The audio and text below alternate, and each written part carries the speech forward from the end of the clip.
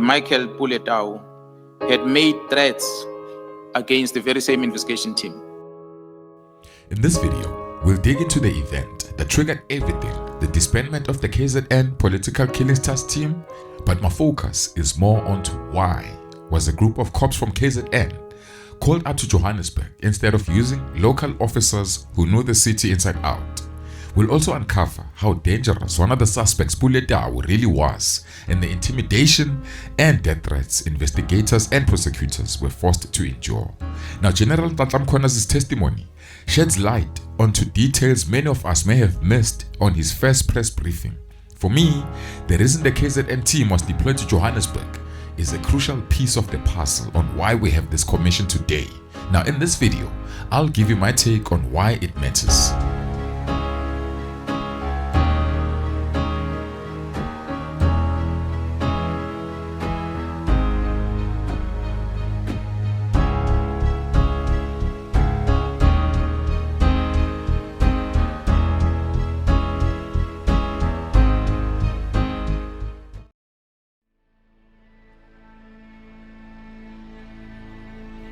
After Aman Swart was gunned down in a mistaken identity hit in Vereeniging, investigators soon learned the real target was a whistleblower who had exposed inflated tender prices at Transnet.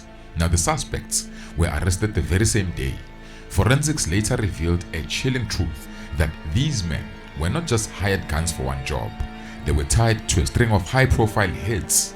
The weapon that gave them away was an AK-47, now linked to at least 18 shootings, some deadly and others failed attempts.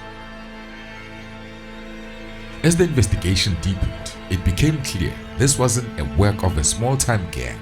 This was a cartel, a powerful organized crime network with connections to police officers, government officials, and influential business people. After the arrests, prosecutors and investigators pushed hard to keep Pule and his co-accused behind bars. As a former police officer, he knew how to manipulate the legal system and he had powerful allies within the SAPS. But from the very start, the investigating team faced resistance from inside the force itself. Forensic services deliberately withheld crucial evidence, and senior officers summoned the investigators to head office, warning them to stop opposing bail for Dao. In not so subtle terms, they were told to drop the case because it implicated untouchable people. Bribes of large sums of money were offered to the cops. The officers were being intimidated. What began as a 5-man investigative team was quickly cut down to just 2 officers. When they were 5, they had felt strong, able to stand their ground and stand together to protect each other. But with only 2 left, the officers knew they were vulnerable and completely exposed. The real storm broke when Pule was granted bail on health grounds. That decision stunned prosecutors and investigators alike. They knew that Dao wasn't just another corrupt cop. If convicted, he was staring at a long prison sentence that made him desperate, and desperation made him even more dangerous. Dao wasn't just an ordinary officer. Many within the force, it seemed like they feared him. Some even suspected that he was a gun for hire, suspected of belonging to a deadly hit squad responsible for multiple high-profile hits. For 3 decades, Dao served as a detective. He came from either Tladi or Mabetla in Soweto, and he worked at Johannesburg Central Police Station. Now, through his association to the cartel, he built wealth and forged powerful connections and surrounded himself with goons or enforcers. Now, in court, his support base was obvious. He was never alone. There were a lot of people supporting this guy. But once he walked free on bail, the intimidation began.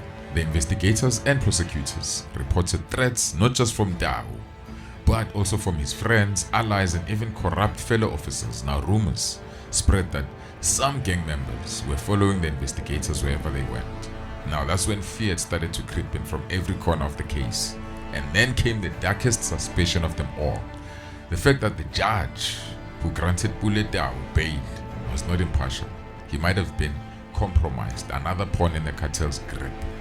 Now, because of the cartel's power and influence, fears began to spread that if nothing was done, either the dockets or the very people who are working on the case could start disappearing. The danger was real.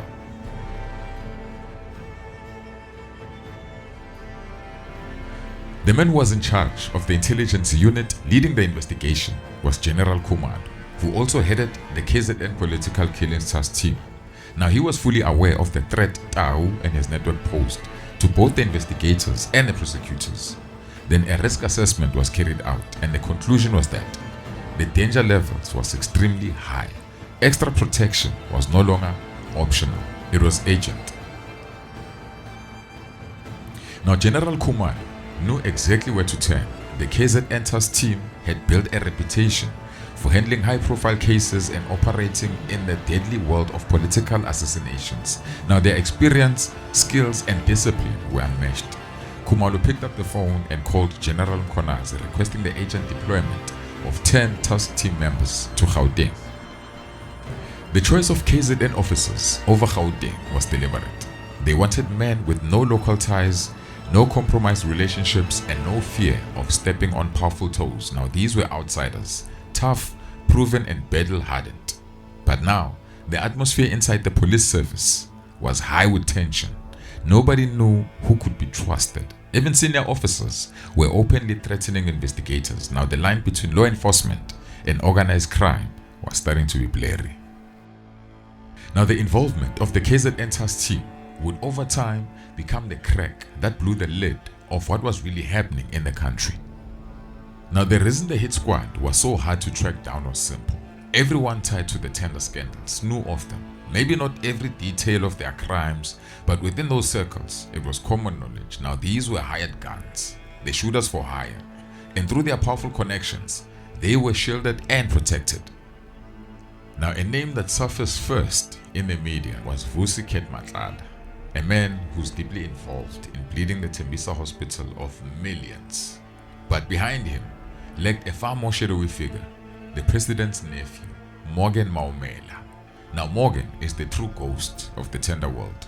While others like Sodi crave the spotlight, Morgan stays in the shadows, quietly raking in multi-million rand tenders through dirty deals and shadowy networks. Now I could be wrong, but the way I see it, Morgan is the connection between the president and the cartel, especially through his relationship with people like Madlanga and also Begicele, amongst a few. I'm sure there's more that we don't know of as yet. We know now that Madlanga is not really the kingpin, he's the muscle, the enforcer. Now Morgan is the link to Madlanga. Now at one point, Madlanga had listed Morgan as one of his directors in the security company that he owns. And at some point, there was a private meeting between Madlanga and the then police minister Begicele at Morgan's house to discuss, I don't know if it was some kind of business or what.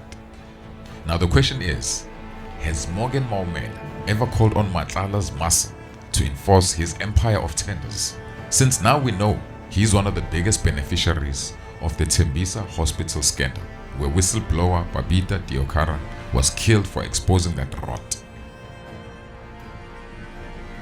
There's a letter from Ms. Kutse, the Senior Prosecutor, Regional Court, Vereeniging. The magistrate, for some bizarre and unexplainable reason, decided to grant Tau bail of 10,000 rand and place him under house arrest. The reality of the situation is that there is nobody who can watch over him 24/7 to ensure that he does in fact comply with the conditions. It is actually unenforceable. The prosecution has already spoken to the DPP to appeal the decision of the magistrate, and we just await the typed court recordings of the bail application to be present to the DPP to file the appeal. And paragraph 11 and 13 then of the same letter of the same page specifically address the issues regarding Officer Tau. So if you could just proceed to read those two. Paragraph 11 reads, the investigation has revealed that Tau is one of the main organizers behind these organized crime syndicates.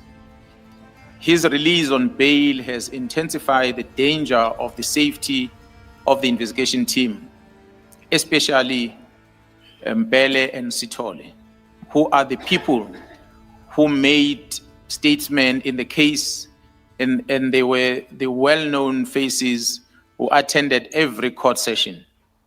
Mbele has been identified as the investigating officer, as she has presented detailed sworn statement to oppose the first and the second bail application.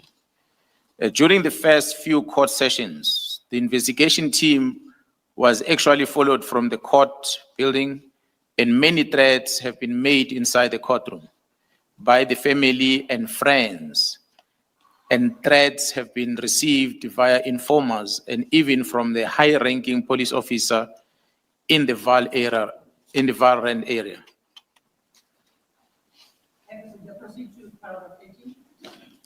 Paragraph 13 reads, Tau clearly has a very large support system and large amount of money are spent to obtain the best and most expensive advocates. The money is clearly coming from the syndicate as all three accused are currently unemployed.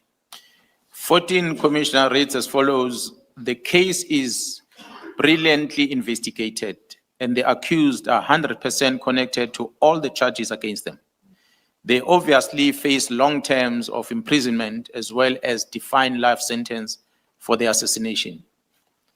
Number 15 reads, from the above mentioned, it is clear that the lives of the investigating officers are currently in grave danger, as well as the safety of police dockets. And I see at 16, final paragraph, it's a direct now request to the addressees in that letter. The specific address request that is on this letter, Commissioner, on paragraph 16 reads, you are requested to urgently arrange for the safeguarding of especially Mbele and Sithole. There is a real danger that their lives are in extreme danger as these organized criminals will do everything in their ability to try and destroy the evidence against them and or to seriously derail the trial. It has just now become so much easier without having unlimited access to technology and his syndicate's friends and family. Thank you. From paragraph 105 of your statement, then at page 36, you then deal with what transpired after receipt of this letter, particularly from General Khumalo's perspective, if you could pick it up from there. Commissioner, I had mentioned that General Khumalo, who was the leader or was a project manager of the political task team in KZN, had been appointed as a divisional commissioner of crime intelligence. Through the formal sub-channels, the request that was provided to the head of investigation in the province, which is also a Major General Khumalo,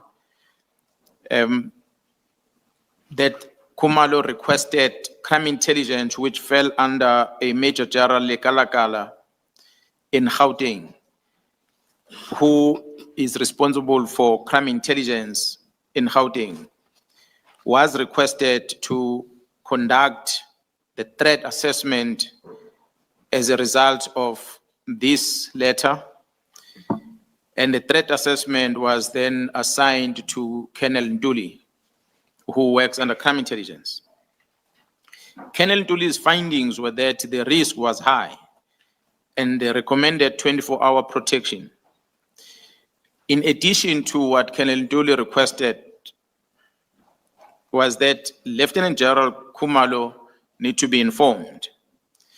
And after General Khumalo, as the head of crime intelligence, who was responsible for this threat assessment, after he was informed, the case, this resulted into the case being moved to the national office, and therefore the counterintelligence had to be involved, which then resulted into the case within counterintelligence of crime intelligence being registered to run parallel to this case of Vereeniging. So Lieutenant General Khumalo, as the head of crime intelligence, after being briefed about this threat, he then tasked counterintelligence to register a case so they can run an investigation parallel to what was sitting in court already in Vereeniging. then your paragraph 106, you basically summarize what you have read into the record from Ms. Coetzee letter. And at paragraph 107, you summarize the impact of the claims by Ms. Coetzee in her letter. And if you could take the commission through that. Given the apparent association of the SAPS officials of all ranks with persons who are subject of investigation, the threat made against investigators and allegations that were leveled against the magistrate of bribery established links to members of the cartel that were under investigation, a growing concern of infiltration of police, and the reduction of the investigation team, which at the time there were 5 members, and they were reduced to 2. May I interrupt you, and I do apologize. A bit of a misstep.